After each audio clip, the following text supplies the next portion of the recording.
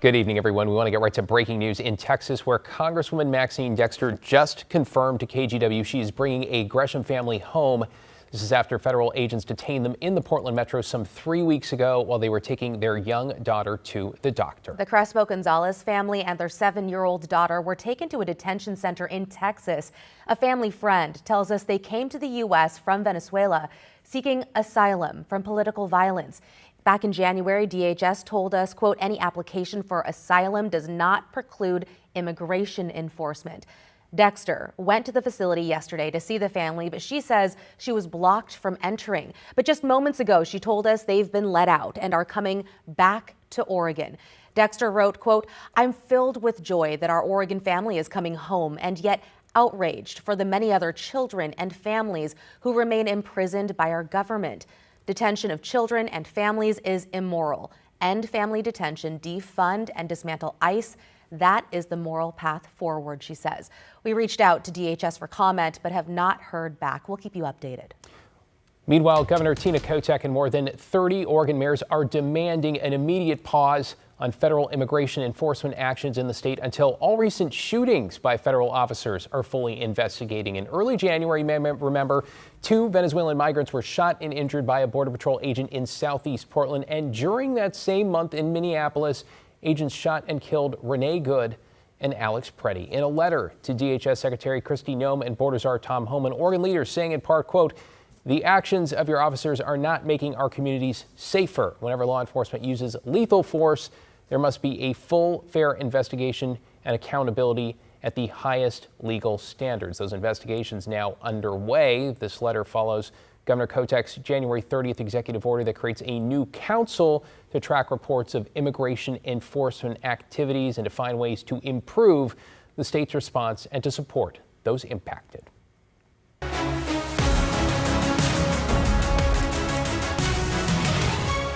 It is a big day, the opening ceremony at the Olympics in the books at this point. While American athletes got an enthusiastic welcome at the opening ceremony, there were also jeers and boos when Vice President J.D. Vance and his wife appeared on camera. Separating people from politics, support for the U.S. has been eroding due to the president's foreign policies, tariffs, and Greenland, to name a few. Today, freestyle skier Hunter Hess, who is from Bend, spoke about how he feels about representing the USA.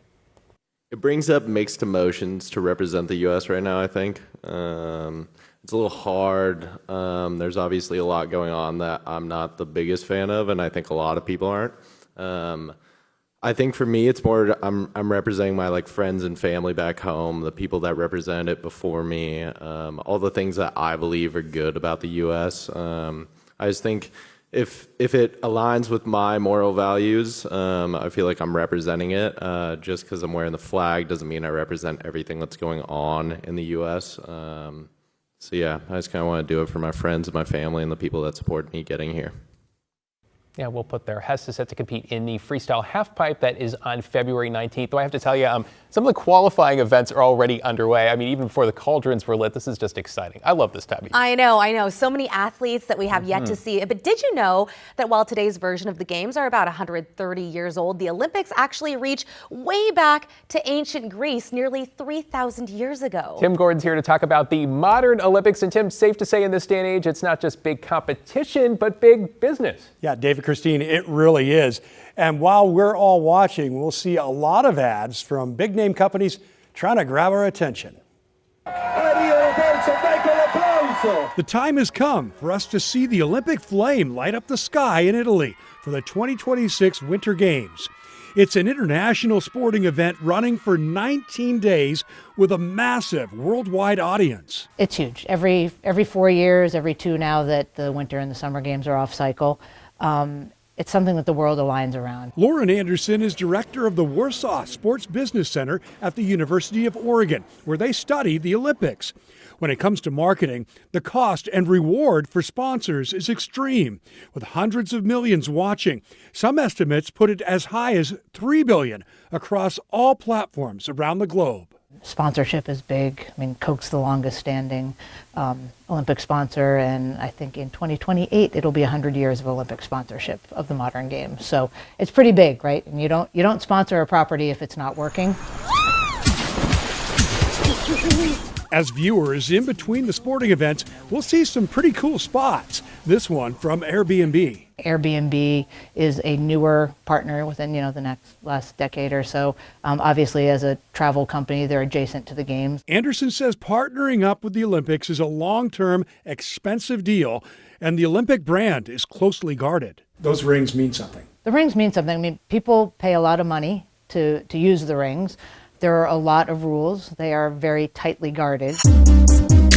But companies, from Omega, the official timekeeper of the Olympic Games since 1932,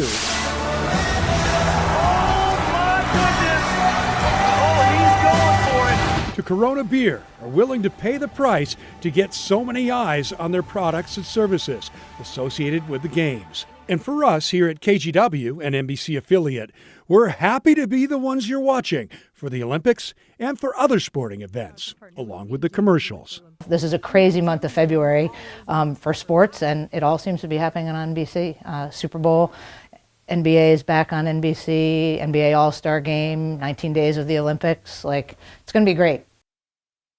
Yeah, it is. It is true. The summer games are much bigger. There are many more athletes and events, and so even bigger business.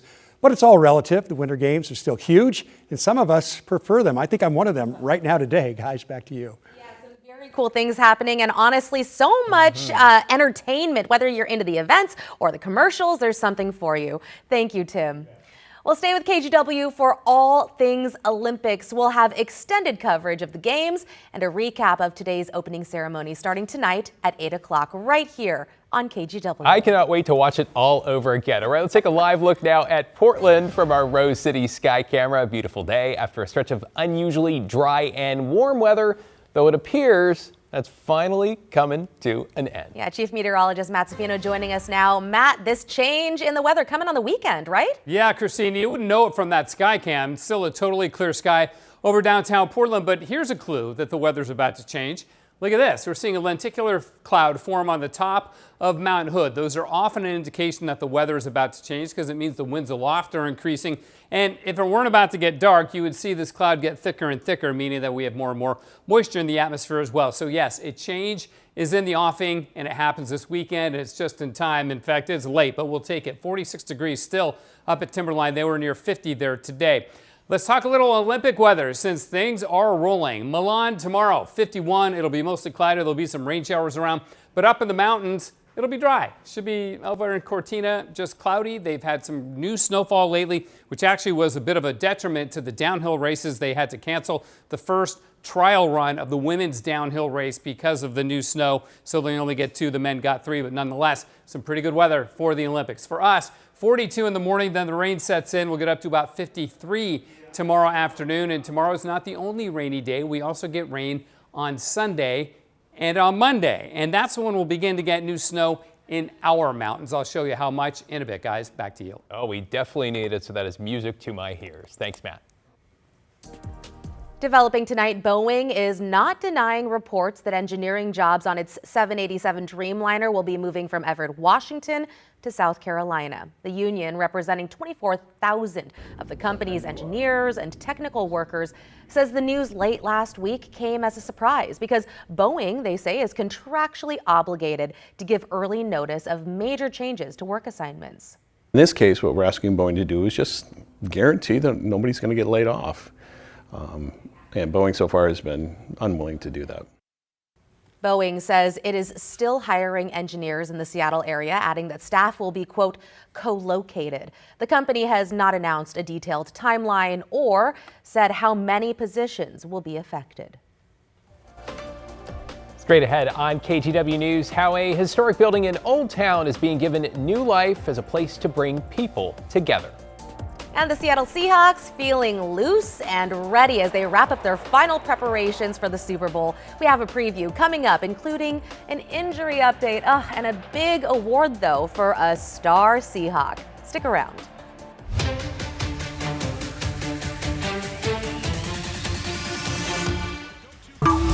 The KGW Plus TV app, streaming 24/7. Local news from the team you trust on your time. Track how the weather will impact your day. Certainly becoming increasingly hazardous. Extended, continuous coverage of breaking news live from the scene. That snowpack is still heavy. Go deeper with in-depth interviews and exclusive reporting. All the local news you need, live or on demand. KGW Plus. Download on your TV and watch for free.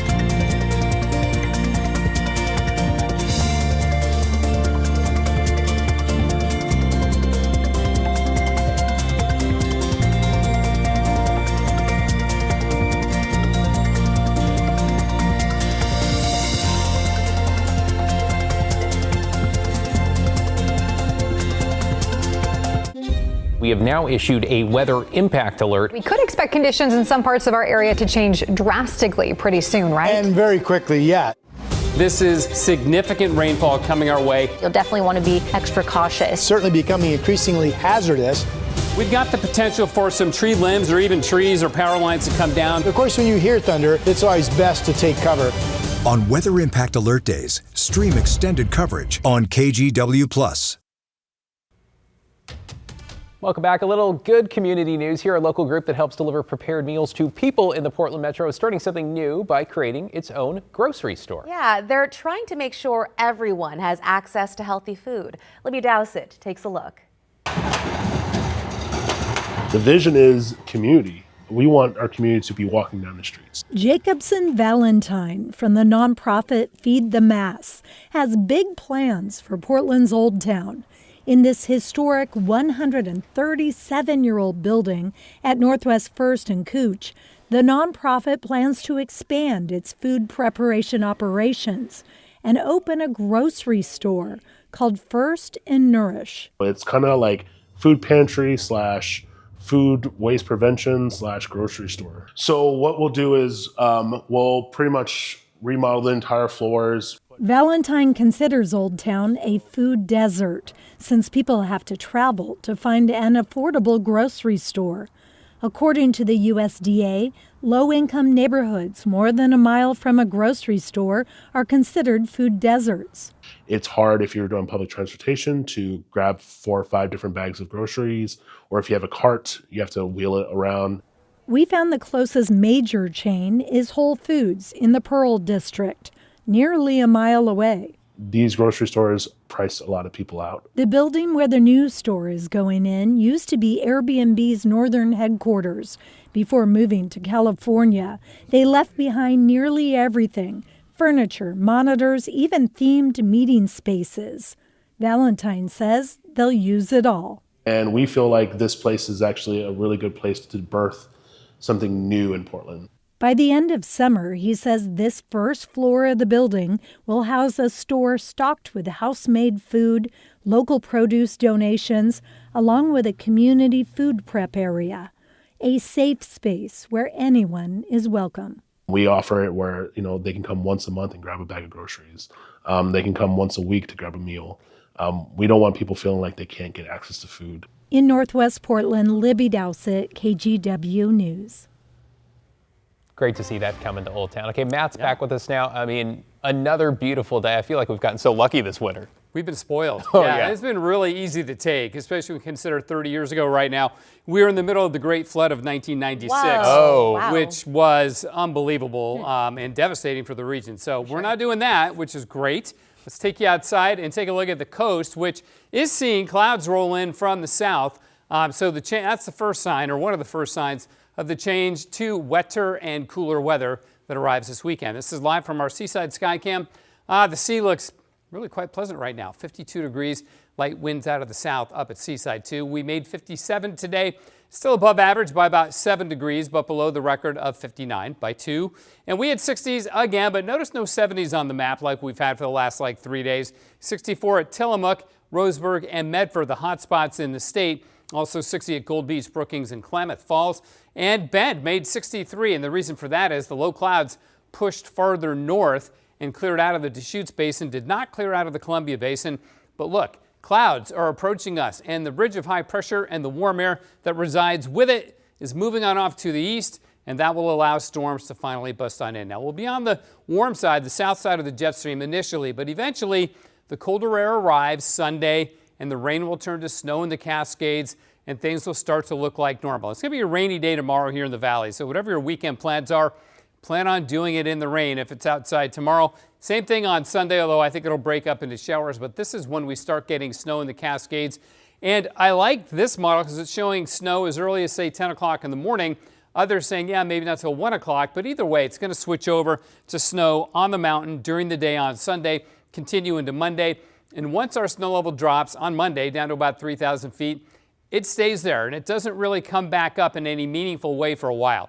Now, over the weekend, I think about 6 to 8 inches of snow for Mount Hood is realistic, and then nothing from basically Monday night and into Thursday evening. But after that, we see more snow arrive as we go into the weekend. Still a lot of uncertainty as to exactly who gets the most as we go into Valentine's Day weekend and beyond, but it definitely looks like a shift towards cooler weather as we replace this area of high pressure that's been stuck over us for so long with a general area of low pressure and cooler air, and in fact, even colder for the mountains anyway. See that system diving on down. And then this one next Monday, that would get our snow level potentially as low as about 1,000 feet, which would be great to see if we can build some snowpack up on the mountain and even in the hills like that. It would definitely be helpful for our snowpack situation. 52 degrees right now. In Portland, the freezing level is still very high, 8,600 feet, but those high freezing levels, those are numbered, which I'm very happy to tell you. Rainy and it's going to get windy on the coast tomorrow, nothing that we can't handle. Gusts of about 35 miles an hour. Highs will still be in the mid-50s. In the valleys, also looking rainy tomorrow with highs in the low to mid-50s. The lows tonight well above freezing, so no worries there. In the Cascades, unfortunately, above freezing too. And 40 at Timberline tomorrow, but colder on Sunday as the snow level drops to 5,500 feet on Sunday morning and then down to about 3,000 feet by Monday morning. So we're going in the right direction. Afternoon showers in eastern Oregon, otherwise just cloudy and still pretty mild. 57 at Bend, lows will be in the 30s, high of 48 at Pendleton. You just stay with the low clouds for one more day.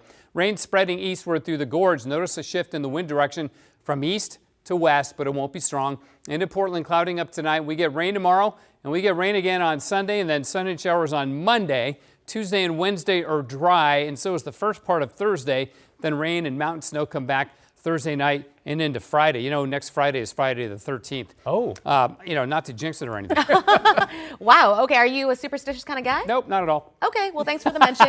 Thanks, Matt. Straight ahead, struggling to find a job. Why experts say the market, not the applicants, is the real problem.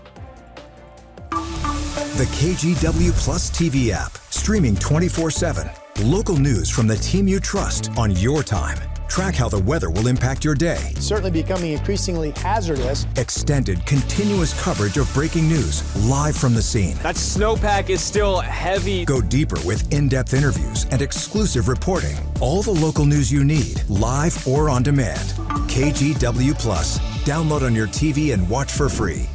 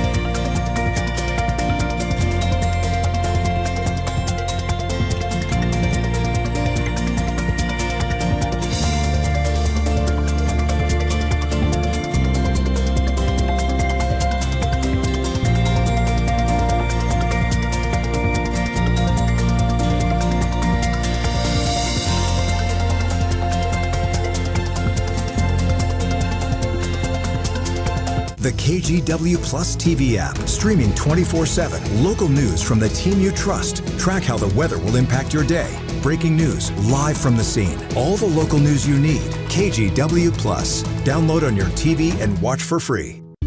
On Weather Impact Alert Days, stay informed, prepared, and connected with KGW and KGW Plus. Coverage that alerts you to what's coming and how it will impact you. Watch extended weather coverage on KGW Plus. Welcome back. 2026, not exactly off to a roaring start for job hunters. The January jobs report is delayed, but data shows job openings are down and layoffs are up. Karen Kafa takes a closer look. For frustrated job seekers, the problem may not be you. It may be the labor market. Multiple new reports point to more layoffs and fewer openings. The data actually aligns with what we hear anecdotally, and that is that job seekers are finding more difficult. Longer search times are a fact for many who are looking for work. A report released Thursday by the outplacement firm Challenger, Gray & Christmas said January layoff announcements were the highest to start a year since 2009, pushed higher by tens of thousands of cuts by UPS and Amazon. Challenger also noted the lowest January hiring numbers since they started tracking in 2009. Payroll firm ADP estimated private sector companies added just 22,000 jobs in January, with growth driven entirely by the education and health services industry. Mark Hamrick, senior economic analyst for Bankrate, says such narrowly concentrated hiring growth isn't the hallmark of a robust economy, despite top-line numbers. The national data is in aggregate, meaning we're sort of lumping everybody in together in the same pile of numbers. And the reality is that your results may vary. The Bureau of Labor Statistics released data Thursday showing the estimated number of job openings at the end of December sank to the lowest level since September 2020 during the pandemic. The data adding up to more confirmation that the low hire, low fire labor market has carried into 2026. In Washington, I'm Karen Kafa. The KGW Plus TV app, streaming 24/7. Local news from the team you trust on your time. Track how the weather will impact your day. Certainly becoming increasingly hazardous. Extended, continuous coverage of breaking news live from the scene. That snowpack is still heavy. Go deeper with in-depth interviews and exclusive reporting. All the local news you need, live or on demand. KGW Plus. Download on your TV and watch for free.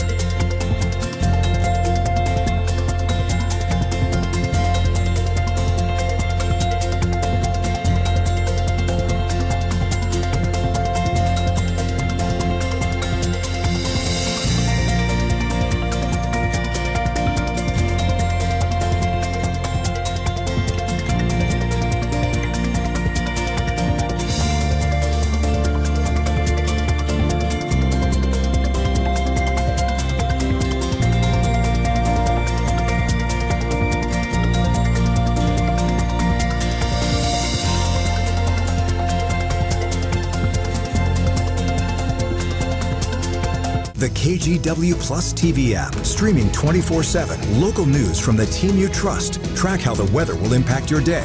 Breaking news live from the scene. All the local news you need. KGW Plus. Download on your TV and watch for free. On Weather Impact Alert Days, stay informed, prepared, and connected with KGW and KGW Plus. Coverage that alerts you to what's coming and how it will impact you. Watch extended weather coverage on KGW Plus.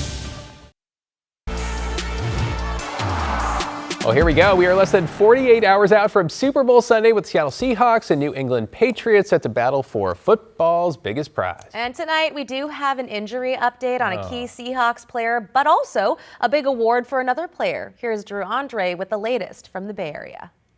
Head coach Mike McDonald has been reminding his players all week to stay loose and to stay focused, and he believes that they've done that so far. Today is their last practice before the Super Bowl.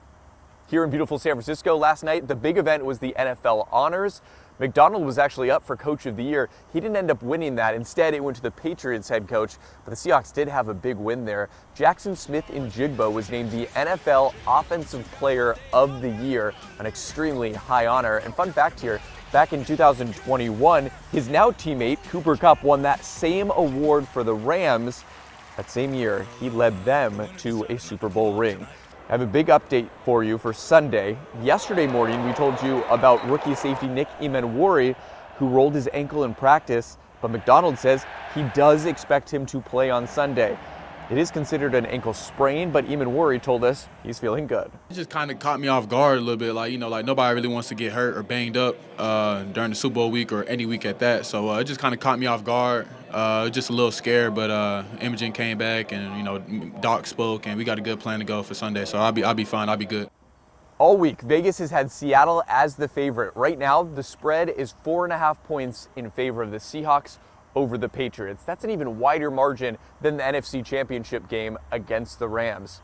Right here with the beautiful Golden Gate Bridge in the background, tomorrow at noon, there is going to be a big gathering of Seahawk fans, and there's even going to be a flyover with a big 12s flag. It's going to be something pretty special. From San Francisco, I'm Drew Andre.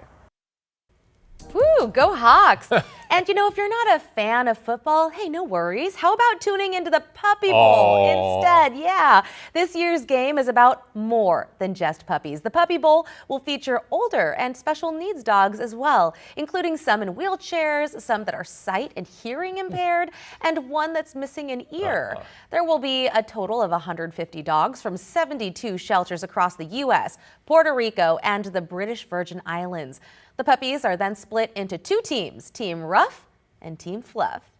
And the best part about Puppy Bowl, like every single year, is that once the bowl is officially over, not only do we crown a winner, most valuable pup, and award the Lombardi Trophy, but we also get to see them all get adopted. And that's, of course, the best part. Lombardi. I'm definitely Team Fluff. I don't know what that says about me. Last year, 14 million tuned in to watch them duke it out. For comparison, only 8.7 watched the Golden Globes. Maybe says more about the Golden Globes, right? Stick around, another full hour of local news, weather, and Olympics straight ahead. Yeah, in the meantime, though, check out this live shot from our Pioneer Courthouse Skycam. Everyone excited for the annual